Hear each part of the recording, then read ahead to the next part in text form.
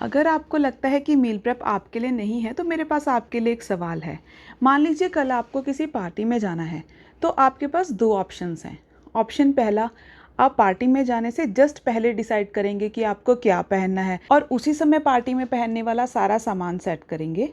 आपके पास है option to, आप 2 दिन पहले ही डिसाइड कर लेंगे कि आपको क्या पहनना है। आप वो कपड़े अच्छे से चेक कर लेंगे, उन्हें आयरन करेंगे और बाकी सारे सामान के साथ सेट करके एक साइड में रख देंगे। तो अगर आपको पहले से पता होगा कि जो भी आपने पहनना है वो ऑलरेडी रेडी है, तो इससे आपको मेंटली रिलैक्सेशन भी मिलेगी और आप टाइम से रेडी भी हो जाएंगे। बस यही है meal prep in the kitchen. मेरा मील प्रेप सिस्टम बिल्कुल प्लान्ड होता है। फिर मैं प्लान करती हूँ कि मैं किस दिन क्या कुक करने वाली हूँ और उसके बिल्डिंग ब्लॉक्स में पहले से बनाकर रेडी कर लेती हूँ, ताकि मुझे सडनली उस समय ना डिसाइड करना पड़े कि मुझे आज क्या बनाना है जो हेल्दी हो, क्विक हो और ईजी भी हो। तो अगर आप भी मेरा ये मील प्रेप सिस्टम फॉलो करना चाहते हैं तो सब्सक्राइब ज़रूर करें।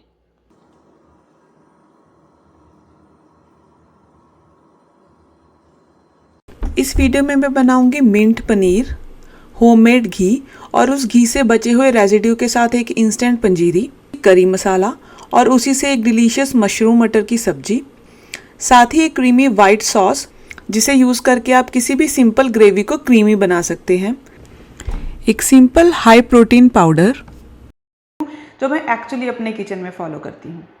तो चलिए स्टार्ट करते हैं। और जब भी मैं किचन में काम स्टार्ट करती हूँ तो सबसे पहला काम जो मैं करती हूँ वो है पानी की बॉटल को फिल करना। मुझे लगता है हम वुमेन सबसे ज़्यादा अपनी ही सेहत को नज़रअंदाज करते हैं, सबका ध्यान रखते हैं लेकिन अपना खुद पानी पीना भूल जाते हैं। इसीलिए जब भी मैं किचन में काम शुरू करती हूँ सबसे पहले पानी की बॉटल फिल कर लेती हूँ। मेरे हर मील प्रेप की पहली रस्म होती है दूध उबालना। अब तो ऐसा लगता है कि इसके बिना तैयारी ही शुरू नहीं होती। जब तक दूध उबल रहा है मैं मलाई को पैन में ऐड कर रही हूँ घी बनाने के लिए। लेकिन क्योंकि इस बार मेरे फ्रिज में पहले से ही बटर रेडी है तो मैं डायरेक्टली घी बना रही हूँ। अब मैं एक और बड़े पैन में मिल्क ऐड कर रही हूँ पनीर बनाने के लिए। पहले मैं हमेशा सिंपल पनीर बनाती थी, लेकिन फिर मैंने इसमें अलग अलग हर्ब्स और फ्लेवर्स डालने स्टार्ट किए। क्योंकि मेरे गार्डन में ऑलरेडी बहुत सा फ्रेश मिंट है तो आज मैं मिंट पनीर बना रही हूँ। यहाँ मैं मिंट के लीव्स को अलग अलग कर रही हूँ। वैसे एक टिप है, मैं मिंट के स्टेम्स कभी थ्रो नहीं करती, इनमें भी बहुत फ्लेवर और न्यूट्रिशन होता है। मैं इन स्टेम्स को चटनी, ग्रीन स्टॉक या हर्ब पेस्ट में यूज़ कर लेती हूँ। बस अगर स्टेम बहुत थिक या हार्ड हो तो उसे रिमूव करती हूँ। मैंने मिंट लीव्स को अच्छे से वॉश कर लिया है। गार्डन से आए हर्ब्स या मार्केट से आए हर्ब्स दोनों को प्रॉपरली वॉश करना इम्पॉर्टेंट है। अब मैं इनका एक्स्ट्रा पानी अच्छे से स्क्वीज़ कर रिमूव कर दूंगी। अगर लीव्स में ज़्यादा मॉइस्चर होगा तो पनीर का टेक्सचर थोड़ा सा वेट हो जाएगा।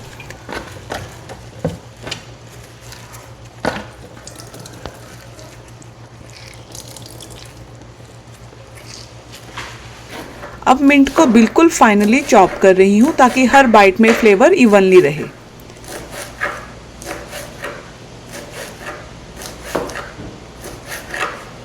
मिल्क में अच्छे से बॉयल आ चुका है तो गैस ऑफ कर देते हैं।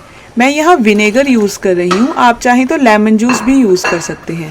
बस थोड़ा थोड़ा ऐड कीजिए और हल्का सा स्टिर कीजिए जब तक मिल्क इस तरह से कम्प्लीटली सेपरेट ना हो जाए। अब इसे 5 से 10 मिनट के लिए ऐसे ही छोड़ दीजिए। इससे कडलिंग कंप्लीट हो जाएगी और पनीर और अच्छे से सेट होगा। अब इसमें थोड़ा सा सॉल्ट ऐड कर रही हूँ टेस्ट के लिए और अब ऐड करेंगे हमारे फाइनली चॉप्ड मिंट लीव्स।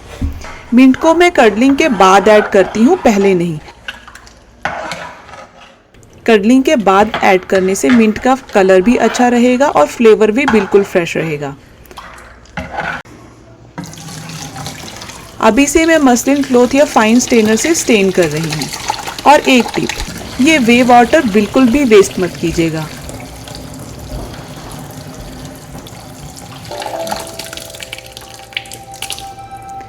इस पानी में बहुत से प्रोटीन, मिनरल और फ्लेवर्स होते हैं। मैं इसे आटा गूंदने, दाल में ऐड करने, सूप, करी या ब्रेड डो में यूज़ करती हूँ। मेरे पास ये टोफू प्रेस है, लेकिन मैं इसे पनीर के लिए यूज़ करती हूँ। ये एक्स्ट्रा वाटर को इवनली रिमूव करता है और इससे पनीर की शेप बहुत अच्छी आती है।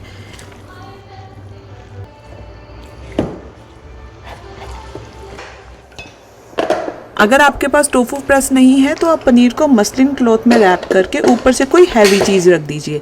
लगभग 2 घंटे में पनीर अच्छे से सेट हो जाएगा।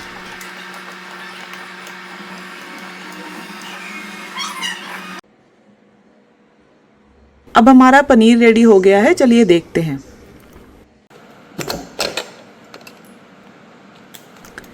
मिंट की वजह से कितना फ्रेश और ब्यूटीफुल लग रहा है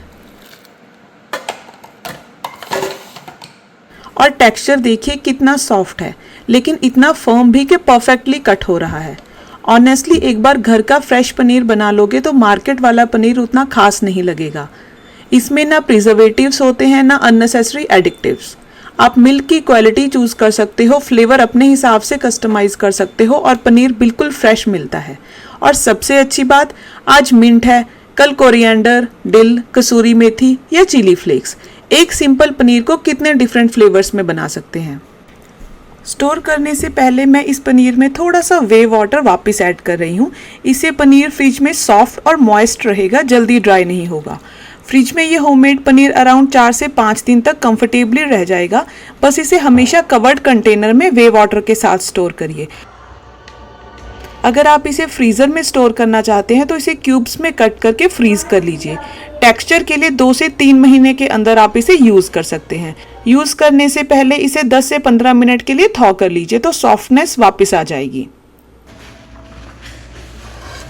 मिल्क भी बॉयल हो चुका है तो इसे ठंडा होने के लिए साइड में रख देते हैं।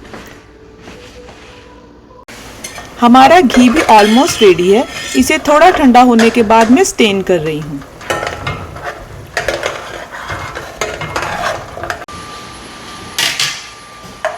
ये जो घी के नीचे ब्राउनिश रेजिड्यू दिख रहा है, इसे घी के मिल्क सॉलिड या घी रेजिड्यू कहते हैं।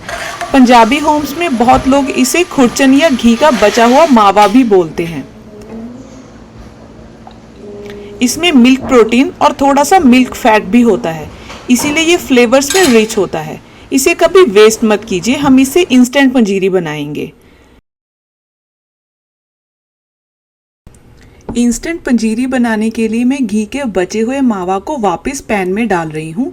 इसमें ऑलमोस्ट उतनी ही क्वांटिटी में होल व्हीट फ्लोर ऐड किया है और मीडियम फ्लेम पर जब तक भुने हुए गेहूं के अच्छी सी नटी अरोमा ना आए इसे कुक कीजिए।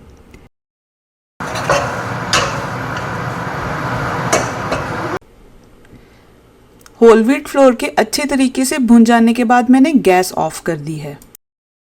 अब इसमें मैं शक्कर ऐड कर रही हूँ। मैं होल व्हीट फ्लोर की क्वांटिटी से लगभग आधी शक्कर ऐड कर रही हूँ, बट स्वीटनेस आप अपने टेस्ट के हिसाब से एडजस्ट कर सकते हैं। यहाँ मैं आपको एक इंटरेस्टिंग न्यूट्रिशन टिप देती हूँ।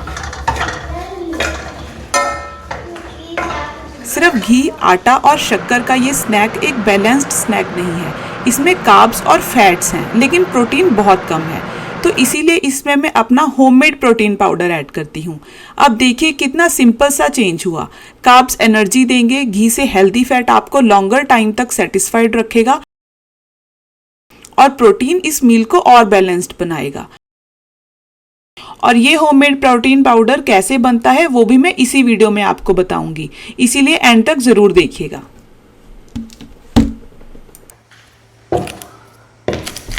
अगर आप अभी तक मील प्रेप नहीं करते हैं और इस वीडियो से कोई एक चीज़ सीखना चाहते हैं तो आप ये नेक्स्ट रेसिपी कॉपी कीजिएगा। चाहे मेरा वीकली मेन्यू कितना भी चेंज हो जाए, लेकिन ये चीज़ जो 100% हर वीक मेरे मेन्यू में बनती ही है वो है बेसिक करी मसाला, और मुझे लगता है ये मेरे मील प्रेप का सबसे बड़ा सीक्रेट है। इस मसाले के लिए मैं ले रही हूँ 5 से 6 बड़े अनियन, 4 से 5 टोमेटोज़, 2 मीडियम साइज जिंजर और 1 पूरा गार्लिक। अभी समर चल रहे हैं इसीलिए मैं जिंजर और गार्लिक थोड़ा कम यूज़ करती हूँ। आयुर्वेदा के हिसाब से दोनों का तासीर गर्म माना जाता है, इसलिए गर्मियों में मैं थोड़ी सी इसकी क्वांटिटी रिड्यूस कर देती हूँ। विंटर्स में मैं इन्हें जेनरसली यूज़ करती हूँ।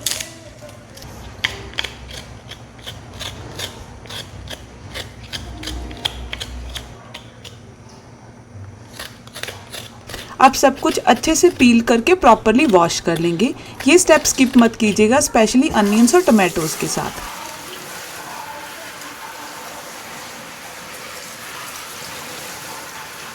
और अब इन्हें रफली बड़े बड़े पीसेस में चॉप कर रही हूँ।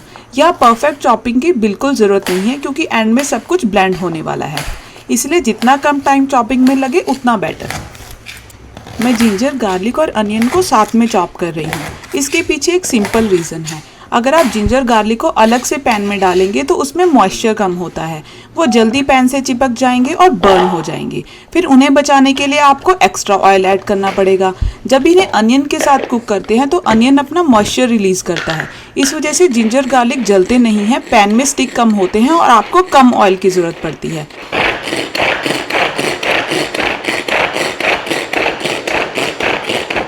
अब मैं पैन में सिर्फ 4 टेबलस्पून ऑयल ऐड कर रही हूँ। और यहाँ एक इंटरेस्टिंग बात नोटिस करिए, क्योंकि मैंने ये बल्क मसाला बनाया है, इसका मतलब ये नहीं है कि मैं बाद में हर डिश में फिर से ऑयल डालूंगी। यही ऑयल दाल, राजमा, छोले और सब्जी बनाते वक्त काम आएगा। मतलब सिर्फ 4 टेबलस्पून ऑयल में कम से कम 2 से 3 मील्स का बेस रेडी हो गया है। इसी तरह बल्क कुकिंग से ऑटोमेटिकली ऑयल इनटेक कम हो जाता है। अब मैं इसमें ऐड करूँगी जीरा और थोड़ी सी हींग। आप चाहें तो एक तेज पत्ता भी ऐड कर सकते हैं, उसका फ्लेवर भी बहुत अच्छा आता है। अब मैं इसमें अनियन, जिंजर और गार्लिक ऐड कर रही हूँ। अगर चॉपिंग का टाइम बचाना हो तो इन सबको आप रफली ब्लेंड करके भी डायरेक्टली ऐड कर सकते हैं। टेस्ट में कोई खास डिफरेंस नहीं आएगा, बस मील प्रेप और फास्ट हो जाएगा। अब इस मसाले को मैं अच्छी तरीके से कुक कर लूँगी जब तक इसका मॉइस्चर ड्राई ना हो जाए। देखिए मसाला अच्छे तरीके से ड्राई हो गया है। अब मैं इसमें ब्लेंडेड टोमेटोज ऐड कर रही हूँ। मैं टोमेटोज ऐड करने के साथ ही हमेशा सॉल्ट, टर्मरिक और गरम मसाला ऐड कर देती हूँ।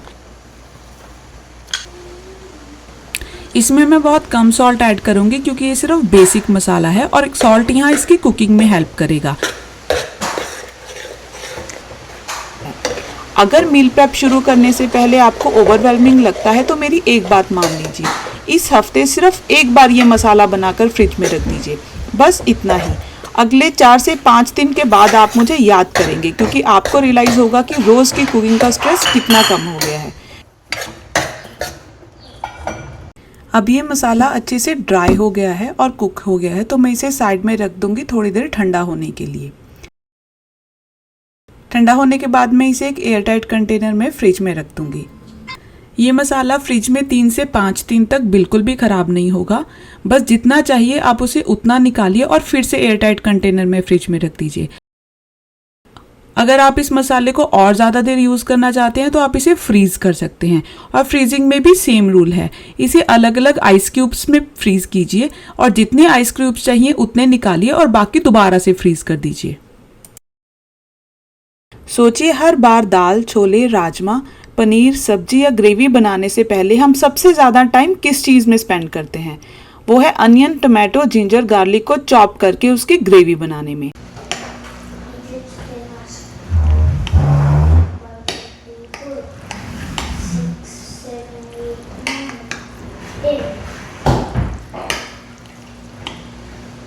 यहाँ मैं आपको सिर्फ मसाला बनाना और स्टोर करना ही नहीं सिखाऊंगी, बल्कि एग्जैक्टली आपको दिखाऊंगी कि मैं इसे कैसे यूज़ करती हूँ। तभी आप मेरी पूरी मील प्रेप स्ट्रेटजी को समझ पाएंगे। आज इसी बेसिक करी मसाले से मैं बना रही हूँ मशरूम मटर। बस पैन में ये रेडीमेड मसाला ऐड कर दीजिए। नोटिस करिए मुझे बिल्कुल अलग से ऑयल ऐड करने की ज़रूरत नहीं है क्योंकि ऑयल पहले से ही मसाले में है। अब इसमें मैं डायरेक्टली कट मशरूम और मटर ऐड कर रही हूँ। रोज़ रोज़ अनियन, जिंजर, गार्लिक और टमाटो भूनने की ज़रूरत ही नहीं है। इसी एक स्टेप की वजह से कुकिंग इतनी फास्ट और स्ट्रेस फ्री हो जाती है। यही रीज़न है कि मैं हर हफ्ते ये बेसिक मसाला ज़रूर बनाती हूँ। मशरूम्स स्लाइटली कुक होने के बाद मैं इसमें मटर ऐड करूँगी क्योंकि ये फ्रोज़न मटर हैं, ये ऑलरेडी थोड़े से कुकड होते हैं। अगर मैं इन्हें मशरूम के साथ ही ऐड कर दूँगी तो ये मशी हो जाएंगे।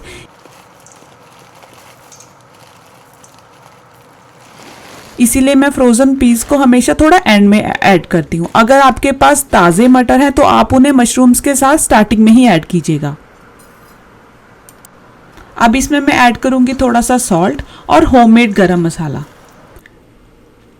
होममेड गरम मसाला की रेसिपी भी मैं अगले कुछ वीडियोस में शेयर करने वाली हूँ, क्योंकि मेरा होममेड गरम मसाला बस खत्म ही होने वाला है। तो जैसे ही मैं उसे दोबारा बनाऊंगी मैं उसके वीडियो रिकॉर्ड करके आपके साथ शेयर कर दूंगी। तो सब्सक्राइब करना मत भूलिएगा और बेल आइकन भी जरूर प्रेस कीजिए, ताकि जब भी मैं अपनी नेक्स्ट वीडियो डालूं तो आपके पास नोटिफिकेशन आ जाए और आप वो मिस ना कर पाएं। मैंने इस सब्जी में अलग से पानी ऐड नहीं किया है, क्योंकि मशरूम खुद कुकिंग के टाइम काफ़ी वाटर रिलीज़ करते हैं।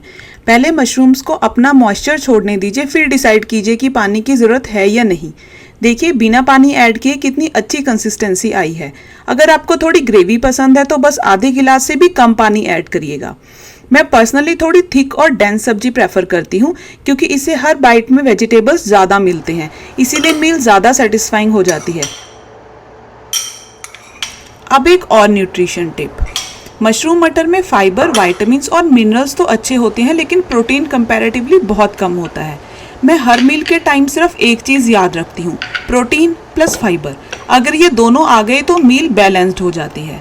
सैलड या सब्जी से फाइबर तो इजीली कवर हो जाता है, बट ऑनेस्टली इंडियन मील्स में प्रोटीन ही सबसे ज़्यादा मिस होता है। इसीलिए मैं ये homemade high protein cream sauce बनाती हूँ।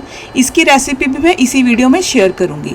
मैं इसे दो तरीके से यूज़ कर सकती हूँ, या तो डायरेक्टली सब्जी में मिक्स कर दूँगी, इससे सब्जी क्रीमी भी हो जाएगी और इसमें एक्स्ट्रा प्रोटीन भी ऐड हो जाएगा।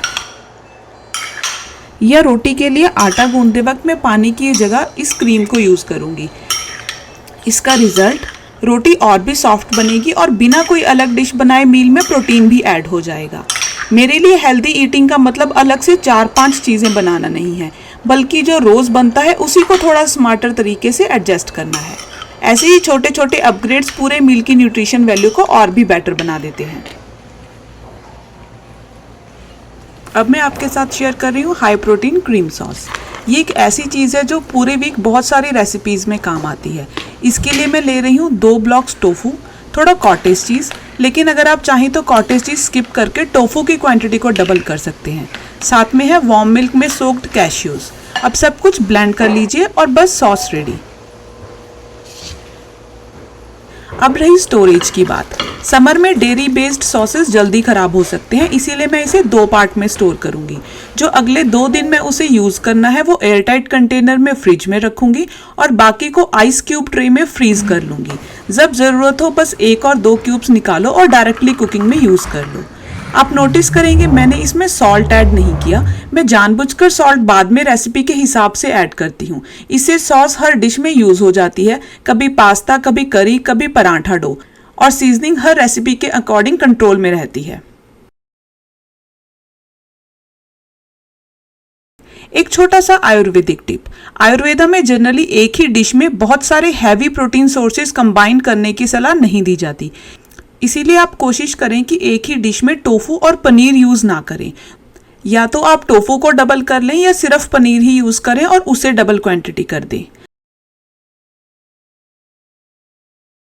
अब चलिए आगे बढ़ते हैं। जैसे कि मैंने आपको प्रॉमिस किया था कि इस वीडियो में मैं आपके साथ होममेड प्रोटीन पाउडर की रेसिपी भी शेयर करूंगी, तो चलिए स्टार्ट करते हैं। इसके लिए मैं ले रही हूँ थोड़े से मखाने और मैंने उन्हें अच्छे से रोस्ट कर लिया है। एक बड़े पैन में मैं ऐड कर रही हूँ रोस्टेड मखाने, थोड़े से पीनट्स, थोड़े से चने। उसके बाद मैं इसमें ऐड कर रही हूँ थोड़े से पम्पकिन सीड्स। अगर आपके पास सनफ्लावर सीड्स हैं तो आप वो भी ऐड कर दीजिएगा। और मैं थोड़े से हेम्प सीड्स भी ऐड कर रही हूँ। और इसके बाद मैं ऐड करूँगी थोड़े से फ्लैक्स सीड्स। आप नोटिस करेंगे कि मैंने चनों का छिलका रिमूव नहीं किया है। इसका रीज़न बहुत सिंपल है, इसी छिलके में अच्छे अमाउंट में फाइबर होता है। इसीलिए अगर आपका ब्लेंडर अच्छा है तो छिलका निकालने की ज़रूरत नहीं है, सब कुछ साथ में ही ब्लेंड कीजिएगा। इन सबको ब्लेंडर में डालकर मैं अच्छे से मिक्स कर लूँगी ताकि सब कुछ अच्छे से क्रश हो जाए और एक पाउडर बन जाए। ये सिर्फ एक प्रोटीन पाउडर नहीं है, ये मेरा किचन इंश्योरेंस पॉलिसी है। जिस दिन मुझे लगा कि आज के मील में प्रोटीन कम है, मैं बिना कुछ नया बनाए बस इसके 1 से 2 टेबलस्पून ऐड कर दूंगी। आटे में, मिल्क में, वॉफल, पैनकेक, सेवियाँ, स्मूदी, सैलेड, लिटरली जहाँ भी मैं चाहूँ इसे ऐड कर देता हूँ और बस वही मील थोड़ा और प्रोटीन रिच हो जाता है। सबसे डेंजरस प्रॉब्लम ये नहीं है कि हम प्रोटीन नहीं खाते, प्रॉब्लम ये है कि हमें पता ही नहीं चलता कि किस मील में प्रोटीन मिस हो गया है। मेरे लिए ये प्रोटीन पाउडर उस प्रॉब्लम का बैकअप सॉल्यूशन है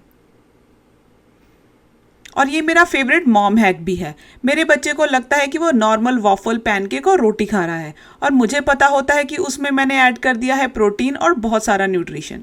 कोई अलग रेसिपी नहीं, कोई आर्ग्यूमेंट नहीं, कोई फोर्स फीडिंग नहीं, बस 1-2 स्पून और हो गया काम।